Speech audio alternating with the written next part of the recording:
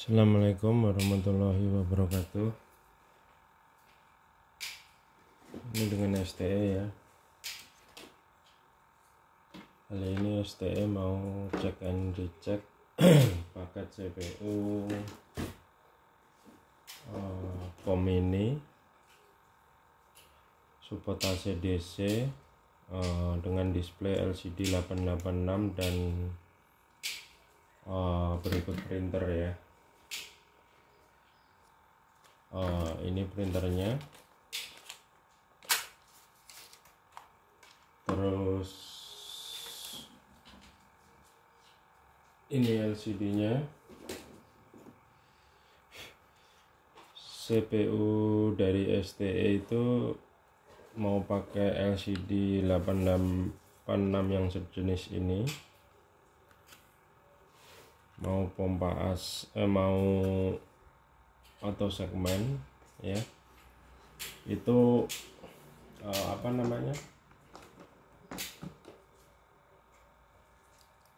line-nya terminal itu tetap satu ya, dan tidak ada perubahan komponen ya. Terus untuk soket printernya pun cuma tiga kabel yang fungsinya biru hijau ini positif, kuning data, hitam negatif ya. Kita coba nyalakan dulu untuk CPU nya ya. Pengertiannya, CPU ini support untuk pompa AC atau DC ya. Kalau mau dipergunakan untuk AC, di sini harus ada power 12 volt atau minimal 8 volt ya, atau sampai voltase charger laptop juga bisa 18 volt gitu. Jadi CPU ST itu simple tapi lumayan multi gitu ya. Ini contoh bila mana digunakan untuk pompa AC. Skema instalasinya begini. Ini adaptor ya, adaptor 12 volt lah saya sebut gitu. Terus ini terminal ada tulisan power pump. Ini artinya power untuk pompa ya. Berarti kalau menggunakan model AC, pompa AC, di sini PLN 220 ya. Di sini pompa AC ya. Kalau dipergunakan untuk pompa AC ya. Jadi di sini PLN, sini pompa AC-nya gitu ya. Ini terminal untuk positif sensor, positif sensor sinyal kuning biasanya, positif itu merah, dan ini hitam atau negatifnya sensor gitu ya. Dua pin ini bila mana diterapkan untuk switch nozzle. Kalau pakai automatic switch itu kabelnya di sini ya. Ini untuk sensor. Ini soket display ya. CPU ini support printer, dan pin terminal soket printernya ada 3 di sini ya. Juga langsung diceplokkan atau disoketkan untuk customer. Terus ini support display LCD 886 atau support segmen ya. Kita coba nyalakan dulu CPU-nya.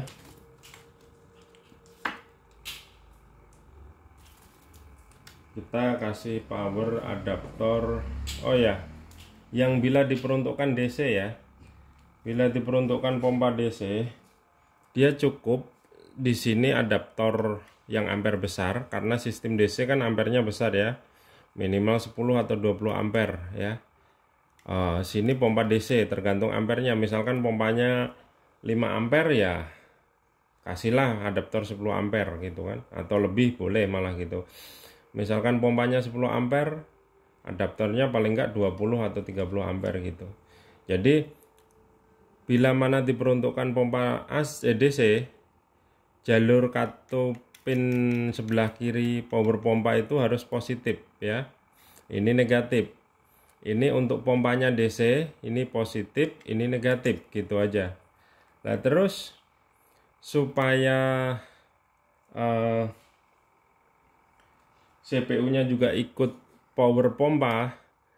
Jadi ada kabel seperti ini termasuk ikut nanti ya, disambungkan begini ke sini ya. Jadi intinya CPU nebeng sama power supply-nya pompa gitu ya, karena udah sistem DC ya. Jadi begini penempatannya, atau dari sini juga boleh, dari atas terserah, atau dari sini ya. Kalau nggak mau panjang ini dipotong sebutuhnya aja, terus disoketin kemari. Atau kalau sistem DC ya, kalau mau simple bisa dijumper dari sini, dari sini ke sini ya. Ini positif power pompa kan, powernya pompa positif adaptornya. Ini positif bisa dijumper ke sini. Ini yang untuk positifnya, yang ini dijumper ke sini. Itu udah sama dengan minta power CPU-nya dari power pompa gitu. Tidak perlu pakai ini, tapi terserah customernya nanti ya. Kita coba nyalakan. Nyala ya. Kita coba soketkan ke LCD 886. Apa langsung nyala? Ternyata ngacak. Ini berarti settingannya itu siap untuk display segmen. Kita lihat, kita colokkan ke segmen ya. Benar. Voltasenya pun cuma sekitar 6 volt ya. Kalau untuk segmen. Jadi voltasenya itu cuma 6 volt. Voltase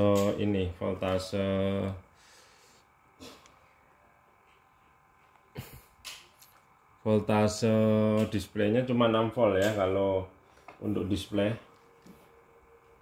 Makanya saya konekkan ke LCD 886 tadi, dia ngeblank atau tulisannya acak-acakan dan backlightnya tidak nyala, lampu belakangnya itu tidak nyala gitu ya, karena display LCD ini membutuhkan voltase minimal 7,5 lah, 7,5 volt untuk bisa menyalakan backlight belakang gitu ya.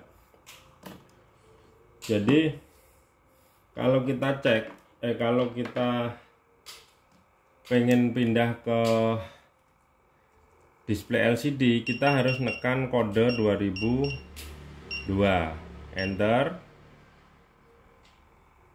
Oh maaf ya, ini berarti tidak support untuk LCD ya.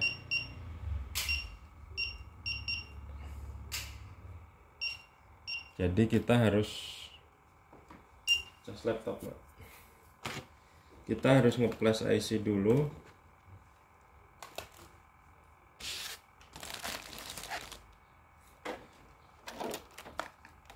Kita harus nge-flash IC dulu ya. Itu ternyata tidak, IC-nya itu tadi tidak support untuk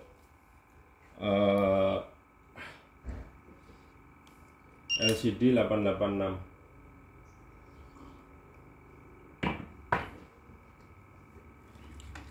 Jadi kita mesti nge-flash IC dulu, nge-flash ulang IC-nya. Ini kebetulan laptopnya habis saya bawa keluar, baterainya habis. Jadi harus pakai adaptor untuk nyalain laptop.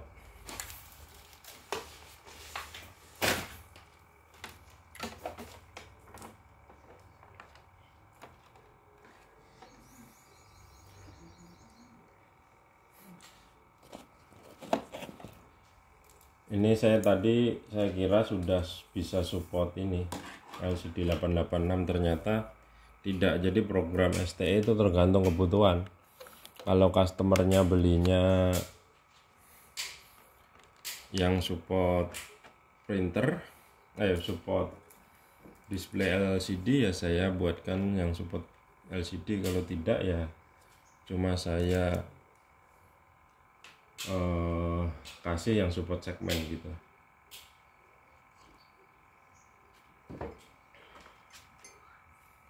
Jadi kita matiin dulu. Ini saya ngeplashnya cuma yang kelihatan dolohernya ya. Ini ya, doloher untuk ngeflash. Laptopnya sendiri di depan kameranya itu. Kita flash.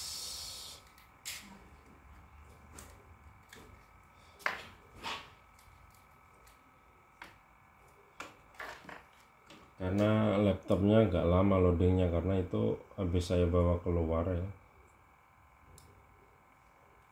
terus sempat kehabisan baterai di ini laptop. Jadi ini kita siap untuk download.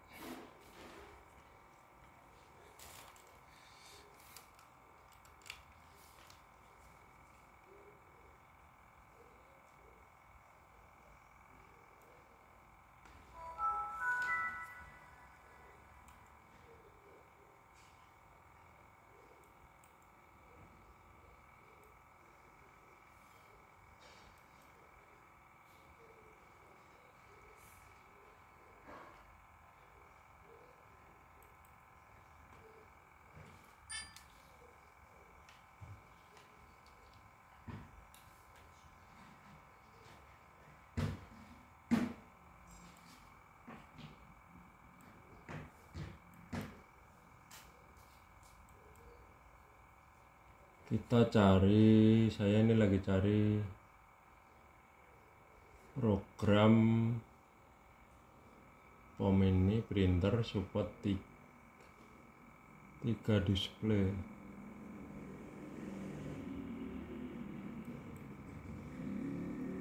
Oke, saya sudah nge-flash ya, dan sudah berjalan.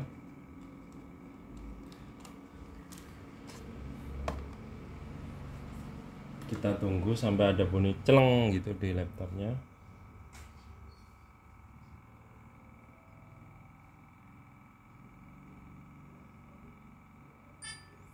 Dan udah ada bunyi, berarti selesai ya. Kita coba pasang kembali.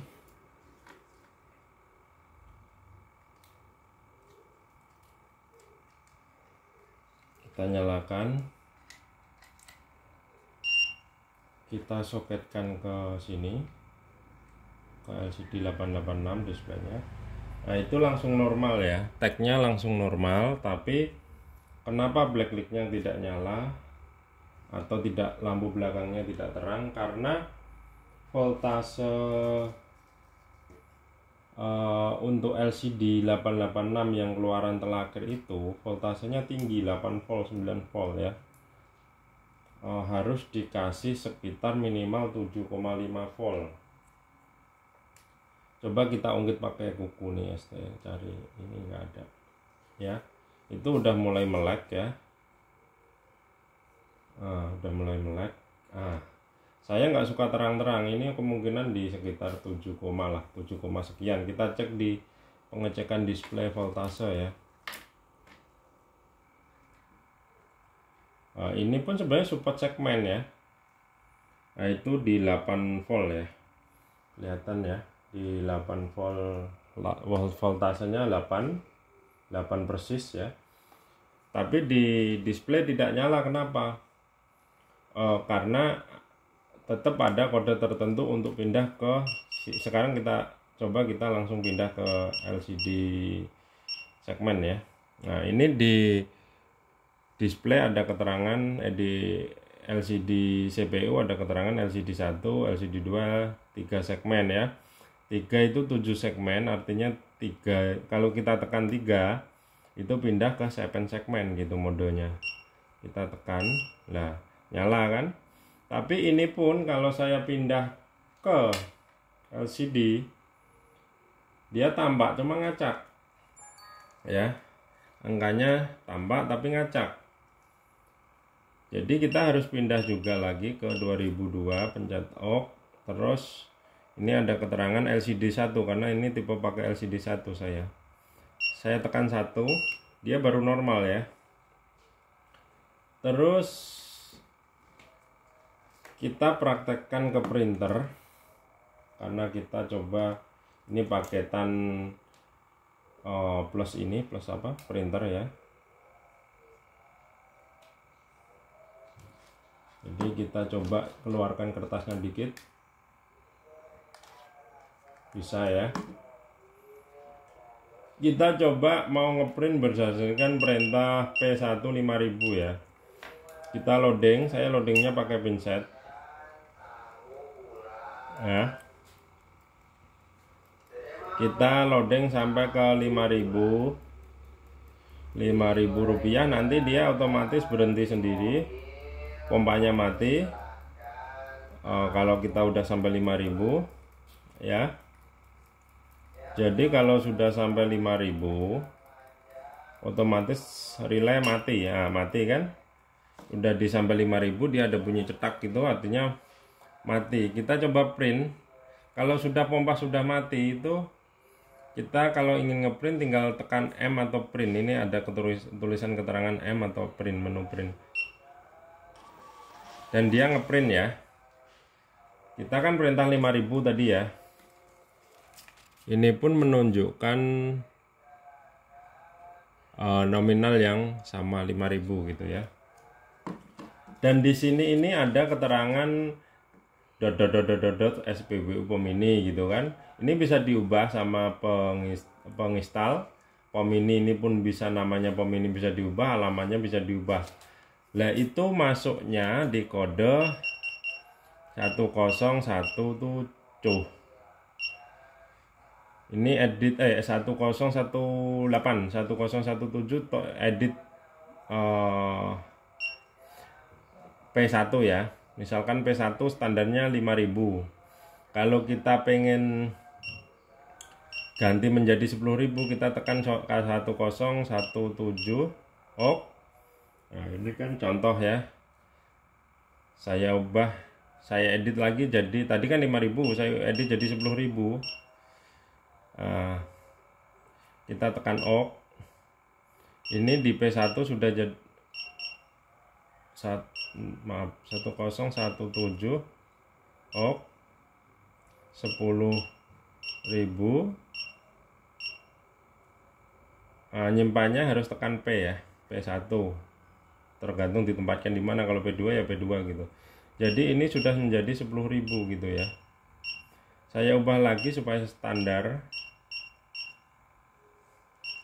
1017 OK. Saya ubah 5000 lagi di P1 ya. Jadi 5000 nih ya. Kita masuk ke 1018 untuk pengeditan nama, tanggal, segala macam itu ya. Nih, ini udah kedip-kedip, artinya bisa diubah ya. Jadi angka-angkanya itu ada di sini. Di 1 2 3 4 5 6 ini ada huruf-huruf yang dibutuhkan dan itu posisinya tepat ya. Jadi kalau mau edit nama masuk ke 1018 ini bisa diedit gitu kan. Ini saya pencet M, itu dia kembali ke alamat, misalkan pengen ditaruh di jalan titik-titik gitu ya. Untuk nyimpannya M, untuk spasi O 0, terus pencet huruf di sini-sini gitu ya. Tapi saya tidak ngeditkan ini, jadi ini mau ngasih edukasi aja. Jadi kalau saya mau pindah ke editan lain, saya tekan M, edit jenis BBM gitu kan, namanya apa, misalkan yang dijual solar ya berarti diubah solar gitu kan, supaya di printnya juga nanti menyebutkan solar gitu.